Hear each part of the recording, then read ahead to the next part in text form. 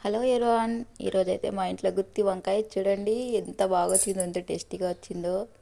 Taste మాత్రం వేరే level. మీరు ట్రై చేయండి. ఇందులోకి కావాల్సినవి మీకు చూపిస్తాను. వేయించుకున్న పల్లీలు ఇలా పొట్టు తీసుకోవాలి, ధనియాలు, నువ్వులు, జీలకర్ర, వీటిని మిక్సీ పట్టుకోవాలి. చూడండి, ఇప్పుడు నేను చూపిస్తున్న విధంగా మిక్సీ పట్టుకోవాలి. చేశారా పొడి? ఇందులో కారం, రుచికి సరిపోయిన పసుపు, అల్లం వెల్లుల్లి, చింతపండు, ఇవన్నీ మిక్సీ పట్టుకోవాలి. తర్వాత వంకాయలను శుభ్రం చేసుకొని కట్ చేసుకోవాలి. నేను పావు కేజీ తీసుకున్నాను. ఆ మసాలా మిశ్రమాన్ని ఇందులో పెట్టాలి, ఇట్లా స్టఫ్ చేయాలి. తర్వాత ఒక ప్యాన్ పెట్టుకొని కర్రీకి సరిపోయేంత ఆయిల్ వేసుకొని అందులోని జీలకర్ర, ఆవాలు వేసుకోవాలి. తర్వాత కట్ చేసుకున్న ఆనియన్, మిర్చి వేసుకొని తర్వాత అల్లం పేస్ట్, పసుపు కొంచెం వేగాక వంకాయలు కూడా పెట్టుకోవాలి. ఇందులోనే ఒక్కొక్కటిగా పెట్టుకొని నెమ్మదిగా ఒక్క 5 మినిట్స్ అట్లా మగ్గనివ్వాలి.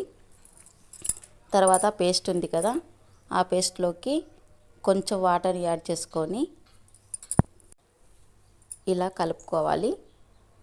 తర్వాత ఈ 5 మినిట్స్ తర్వాత ఈ మగ్గాక ఈ పేస్ట్ని ఇందులో కలిపి కొంచెం అటు ఇటుగా ఇట్లా కలిపి మళ్ళీ మూత పెట్టుకోవాలి. ఎందుకంటే అంతా ఇట్లా విచ్చుకుపోతుంది. చూడండి ఎలా అయిందో, గ్రేవీ ఎలా వచ్చిందో. నెమ్మదిగా కలుపుతూ ఉండాలి. తర్వాత ఒక 5 మినిట్స్ మూత పెట్టుకొని చూసారా, కొంచెం మగ్గిన తర్వాత ఆయిల్ పేస్ట్ పైకి వస్తుంది.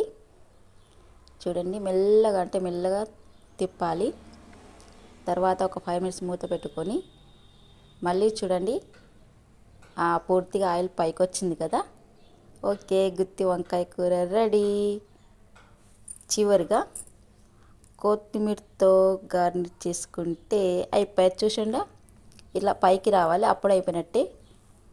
చూడండి, మా వీడియో కనుక నచ్చినట్టయితే లైక్ చేయండి, షేర్ చేయండి, సబ్స్క్రైబ్ చేసుకోండి. ఓకేనా ఫ్రెండ్స్, బాయ్.